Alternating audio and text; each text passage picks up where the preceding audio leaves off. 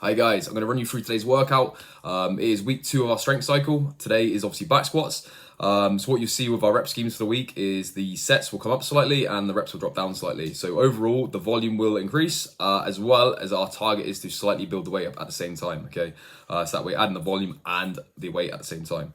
So with that then, the rep scheme we're going to use today and this week is going to be 4 sets of 9 at 60-65% plus up to 5 kilos. So what I mean by that is whatever you did last week for the 60-65, you are literally going to add anything up to 5 kilos. So any increase in weight will be beneficial. If you are literally really struggling today, even if you do the same weight, you are doing overall more volume on it. So there is that progression anyway. This just, again, adds that other dimension to it, which will make you that little bit more stronger, okay? So again, it doesn't have to be 5 kilos, especially if your max is anything like, say, below 60 kilos, something like that, or anything below 100, I'd say 5 kilos might be a big jump for you. So anything up to that. If it's 2.5, that's fine.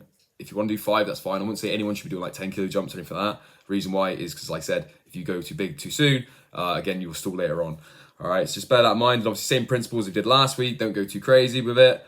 Make sure you're moving well. If you need to wear a belt, again, that's fine. Again, if you can do without it, then do without it. All right, you're just going to get that extra bit of strength if you do, and extra bit of strength and practice brave and bracing without it. And that way, when you do put it on, you will feel a hell of a lot stronger when you get to the heavy percentages. Obviously, once we've done our squats, we're going to move on to our conditioning, which is going to involve kind of like a chip type workout. We're going to cash in and cash out with an 800 meter run. So you right down to the end of the estate, right to where the lights are. It is marked out.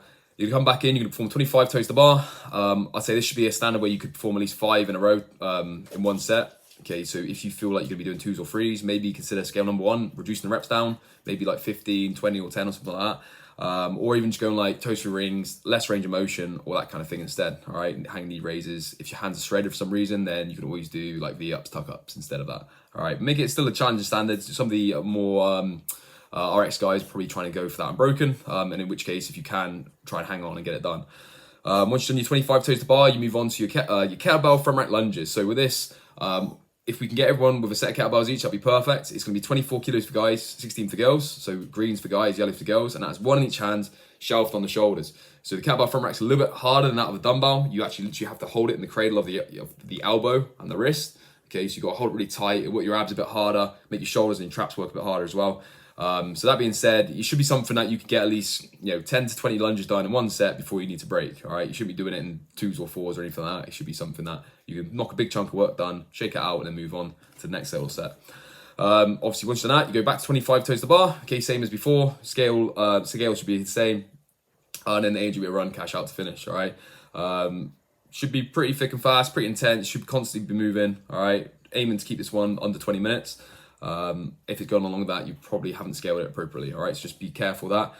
Once we've done that, we're going to move on to our accessory work. Again, you're going to find that as we progress through the next couple of weeks, the volume is going to increase, so it might limit our time on accessory work towards the end. If we're lucky, we might have a little bit of time to put it in the class. If not, it may just mean you have to use your initiative and get it done. And it is good mornings again. So we did 3 times 8 last week. We're going to do 4 sets of 8 this time, so the volume is again increasing. But we're going to add anything from 5 to 10 kilos onto what you did last week. So it should have felt nice and light, nice and smooth last week. If it felt really easy, then maybe add that 10 kilos on now. If it did feel still quite challenging, then you can always add it 5. Or again, anything literally a kilo or 2 will again be that progression on top of the volume. All right. So again, make sure you put all your scores and your weights into Wodify, have that record, and yeah, get stuck into it and enjoy. Cheers.